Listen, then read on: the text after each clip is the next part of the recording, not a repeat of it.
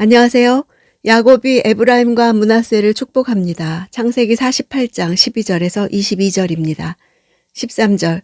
그리고 요셉이 두 아들을 데리고 이스라엘에게 다가섰는데 에브라임은 자기의 오른쪽에 둬 이스라엘의 왼쪽에 오게 하고 므낫세는 자기의 왼쪽에 둬 이스라엘의 오른쪽에 오게 했습니다.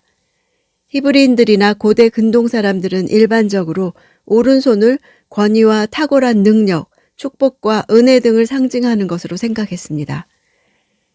후일 예수님께서는 내 오른손이 실족해 하거든 찍어내버리라고 하셨는데 죄에 빠지게 하는 것이라면 설사 오른손처럼 소중하게 생각하는 것일지라도 과감히 제하여야 한다는 교훈입니다. 14절. 그러나 이스라엘은 그 오른손을 뻗어 둘째인 에브라임의 머리에 얹고 므낫세의 머리에는 왼손을 얹었습니다. 므낫세가 첫째인데도 야곱은 자신의 손을 엇갈리게 얹었던 것입니다. 엇갈리게라는 단어는 신중하다, 지혜롭다란 뜻을 가진 단어입니다. 엇갈리게 얹었다는 것은 신중하게 얹었다는 뜻도 가지고 있는 것입니다. 야곱이 팔을 엇갈리게 하는 행위를 강조할 뿐만이 아니라 야곱이 이와 같은 결정을 하기까지 신중하게 생각했음을 말해줍니다.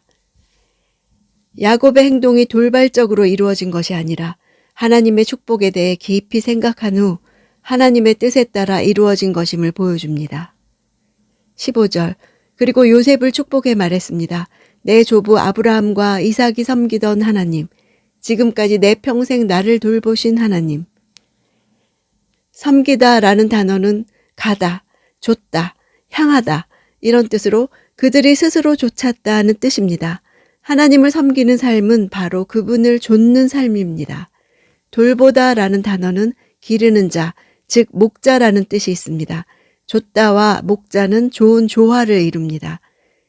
자신을 돌보신 하나님의 모습을 마치 목자와 양의 관계처럼 시각적으로 대비시키고 있습니다. 16절. 모든 환난에서 나를 건져주신 천사께서 이 아이들에게 복을 주소서. 내 이름과 내 조상 아브라함과 이삭의 이름이 이 아이들을 통해 불려지기를 바랍니다. 이들이 땅에서 크게 번성하게 하소서. 이들이 땅에서 할 때 땅에서는 직역하면 그 땅 가운데서입니다. 한 가운데라는 것은 가장 좋은 곳, 중심을 의미합니다. 따라서 요셉의 자손들이 계속 이 땅에서도 가장 좋은 곳에 거하며 역사의 중심부에서 활동하게 해달라는 기원입니다. 번성하다에 해당하는 단어의 기본형은 물고기를 의미하는 여성형 명사에서 유래했습니다. 물고기는 다산과 충만함을 상징하는 표현으로 볼 수 있습니다. 한 번에 수십만 개의 알을 낳는 물고기의 모습과 이것이 부화하여 많은 물고기 떼가 한꺼번에 이동하는 모습을 충분히 상상하게 합니다. 야곱은 이러한 용어를 사용하여 많은 후손이 요셉의 가문에 있을 것을 실감나게 축복하고 있는 것입니다. 17절. 요셉은 자기 아버지가 그 오른손을 에브라임의 머리에 얹은 것을 보고 마음이 불편해졌습니다. 그래서 그는 자기 아버지의 손을 에브라임의 머리에서 므낫세의 머리로 옮기려고 했습니다. 마음이 불편해졌다를 직역하면 그는 그 눈이 악하여졌다입니다. 요셉이 눈으로 들어오는 광경을 보고 그의 생각과 다르자 그의 눈이 근심하며 악하여졌음을 보여줍니다. 성경에서 악은 하나님의 뜻과 반대를 말합니다. 장자의 축복은 당연히 장남이 받아야 하는 것이 하나님의 뜻이라 생각했기에 야곱의 행동을 악하게 여긴 것입니다. 18절. 요셉이 말했습니다. 그렇게 하지 마십시오, 아버지. 이쪽이 맏아들이니 아버지의 오른손을 이 아이의 머리에 얹으십시오. 히브리어 원문으로 요셉의 말은 안 돼요, 그렇게는 아버지. 다급하게 부르짖은 외마디 소리로서 온전한 문장조차 되지 않습니다. 하나님의 뜻에 어긋났다고 보고 그것을 바로잡기 위해 다급하게 소리를 질렀던 것입니다. 19절. 그의 아버지가 거절하며 말했습니다. 나도 안다. 내 아들아, 나도 알고 있다. 므낫세도 한 민족을 이루겠고 크게 될 것이다. 그러나 그의 동생이 그보다 더 크게 될 것이며 에브라임의 자손이 여러 민족을 이룰 것이다.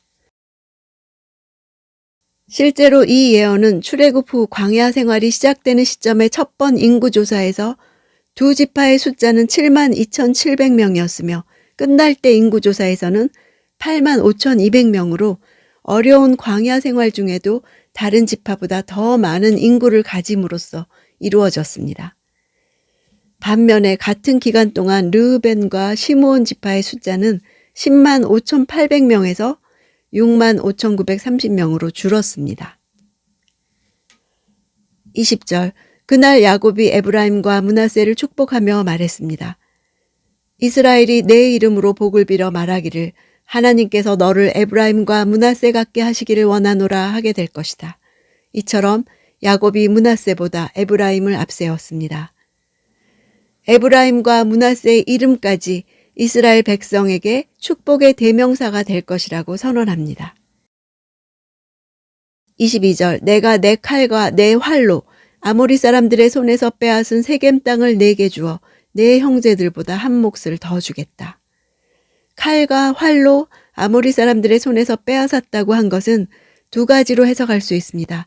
자신의 후손들을 자신과 동일시하는 히브리어의 수사학적 표현 기법으로 이해해서 장차 있게 될 가나안 정복을 마치 자신이 이룬 것처럼 1인칭을 사용해 믿음으로 이미 이루어진 것처럼 표현한 것입니다. 또는 시므온과 레위의 만행을 인정하지는 않았지만 결과적으로 볼 때 그들의 칼과 창으로 그 땅을 차지하게 된 것을 이렇게 표현하는 것으로 이해할 수 있습니다. 이 약속대로 훗날 요셉의 뼈는 세겜에 묻히게 됩니다. 야곱은 장자의 축복을 둘째 에브라임에게 빌어주는 일을 통해 요셉에게 사회적인 정서나 풍습보다 하나님의 뜻을 분별하여 따르는 일이 더 중요하다는 사실을 가르쳐 주었습니다. 야곱이 시력은 잃었지만 영적인 분별력은 아직도 왕성했음을 뜻합니다. 야곱은 에브라임과 므낫세에게 목자 하나님과 구원자 천사의 복을 빌어줍니다. 평생 목자로 살았던 야곱이 참 목자이신 하나님의 보호와 인도를 기념하며 아이들에게 복을 빌어주고 있는 것입니다. 구원자 천사는 위기에 처한 백성을 버려두지 않으시고 그들을 구원하기 위해 천사들을 보내시는 하나님의 은혜를 강조합니다. 야곱은 자신의 삶에서 수없이 경험했던 하나님의 능력이 이 아이들의 삶을 보호하시고 살펴주실 것을 빌어주었습니다. 하나님이 복주신 자신의 삶이 간증이 되어 아들을 넘어서 손자들에게까지 하나님의 축복을 빌어줍니다.